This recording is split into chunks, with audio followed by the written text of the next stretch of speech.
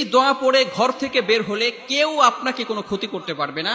আল্লাহ পাক রব্বুল আলামিন নিজে কুদরতি হাত দ্বারা আপনাকে হেফাজত করবে, বলেন সুবহানাল্লাহ। আল্লাহ পাক রব্বুল আলামিন আপনার জন্য 70 জন ফেরেশতা নিযুক্ত করে দিবেন।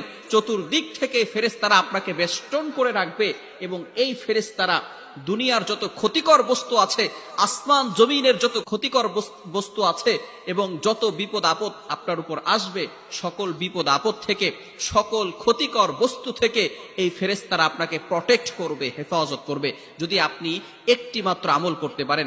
আমলটা হচ্ছে বিসমিল্লাহিল্লাযী লা ইয়াদুররু মা ইসমিহি শাইউন ফিল আরদি ওয়ালা ফিস সামাই ওয়া হুয়াস সামিউল আলিম। চমৎকার একটি দোয়া, অনেকেই আমরা এই দোয়াটা পারি। এই দোয়াটা যদি পড়তে পারি তাহলে আল্লাহ পাক রব্বুল আলামিন সকল বিপদ আপদ থেকে আল্লাহ পাক রব্বুল আলামিন হেফাজত করবেন। যদি কোনো বান্দা ফজরের নামাজের পরে এই ছোট্ট দোয়াটি 3 বার পাঠ করে ফজর থেকে মাগরিব পর্যন্ত, আল্লাহ পাক রব্বুল আলামিন নিজে ওই বান্দাকে দুনিয়ার সকল ক্ষতিকর বস্তু থেকে হেফাজত করবেন। এই ছোট্ট দোয়াটি যদি আবার মাগরিবের পরে কেউ পাঠ করে, আল্লাহ পাক রব্বুল আলামিন ফজর পর্যন্ত ওই বান্দাকে সকল বিপদ আপদ থেকে হেফাজত করবেন।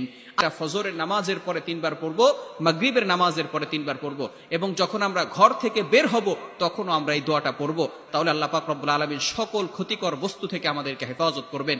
আল্লাহ তাআলা আমাদের সকলকে এগুলো বুঝে আমল করার তৌফিক দান করেন। সকলে বলেন আমিন।